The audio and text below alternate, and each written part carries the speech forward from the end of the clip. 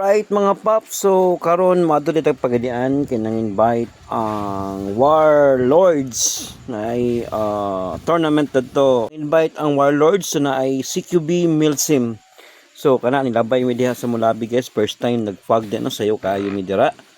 Okay, so first time gud na karon abot na mi sa pagadian. So mamaw sa aming mga paps, gutom man kayo mi. Right? So diha namahaw mi diha no, namili mig sudan diha basta namiya pag paps no. So di lang jud kami magpabusog kay medyo bugat ang magdula na ta. Right, naabot namin sa site. Yan amo nang gi-check up, amo nang gi clearing daan. So mo din ilang site no sa Warlords. Salamat kayo sa pag-imbitar niyo diri. Right, so dinulitay gud siya, promise. Ayan, so nakita ninyo dinulitay pero nay pagka-milsim gyapon. Right, briefing na ta. Right, briefing ta sa ilahang organizer Warlords. So daghang salamat. So among team leader dedi ano si Youth Sherwin. Right, this is a 6-man team. So unom-unom. Pero actually ang gadula dia 5 tapos reserve na tong isa. So night yan wala mo mga gamit, wala akong gamit gidala. So sa mga kauban 24K among gidala dero no. So uno mi kabuk nang hanin din nanulong mi which is wa mi kabalo kung mudaog ba mi. Pero isa gyud mo ang gigunitan no na hopefully makadaog mi. Siguro sa pagpanikas ayo lang pod. Dulaon na to og sakto. Alright. Alright, so di magin mi mo surrender. Sa 24 gianad kay na og itay parts. So close quarter combat ang dula diri. Hutdanay single shot kay dinol itay man ta. So bawal ng full auto diri kay sakit kayo mga paps.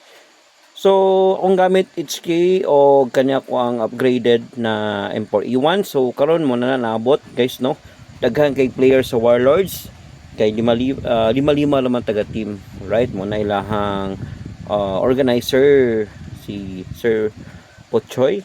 Alright, so dala din ako tong electric pan na kusog kayo mga paps. So diri magdula ta diri guys, medyo ulaw gud siya gamay kay daghang kay mga estudyante under sa organizer. So gidala nila diri yang mga estudyante kay part man pud ni sa ilahang subject, physical education. Alright, so karon grabe daghang kay mig mga audience karon no. So hopefully nga makadaog din mi ani. Medyo ulaw gamay pero yan maningkamot gapon ta mo daog. Alright, so daghan salamat sa Warlords sa pag-imbita. Alright, so ayun.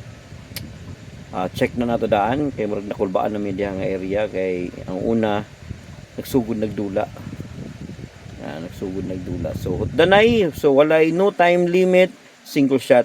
Pops pa pictures at ada gamay pops kay medyo mabunog na gid diri area. Grabe kuning dinul itay ani. So thumbs up pa si Chupapi. Alright, so yan. Ayan, hopefully mo daog no. Kay sayang nagimi gasto diri. Alright, so gasugo na jud gubat guys, pero kami dili niya na ga video ra ko ana pops. Right, video gamay.